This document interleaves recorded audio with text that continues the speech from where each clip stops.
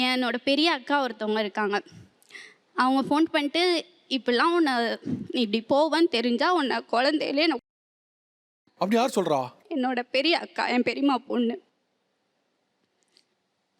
அதுக்கப்புறத்துலேருந்து எனக்கு யார்ட்டையுமே பேசவே இஷ்டம் இல்லை. நீங்கள் பேசினாலும் இதை தானே பேசுகிறீங்க, ஏற்றுக்கணும்லாம் யாரும் பேசுறது கிடையாது. எனக்கு அது வெறுத்தே போயிடுச்சு அவங்கள்ட்டலாம் அந்த மாதிரி பேசுறது. நீ இப்படி திருமணம் பண்ணுன்னு தெரிஞ்சா சின்ன வயசுலேயே கொண்டு போட்டிருப்பேன்னு சொல்கிற உறவுகிட்ட என்னத்தை பேசுறது? இப்போ சொன்ன பாதி வார்த்தை எதுவுமே நம்மக்கிட்ட இது வரைக்கும் சொன்னதில்லை ஐயா. அவங்க உங்ககிட்ட சொன்னதே இல்லை? சொன்னதே கிடையாது. இப்போ ஷேர் பண்ணதே இல்லை எங்ககிட்ட.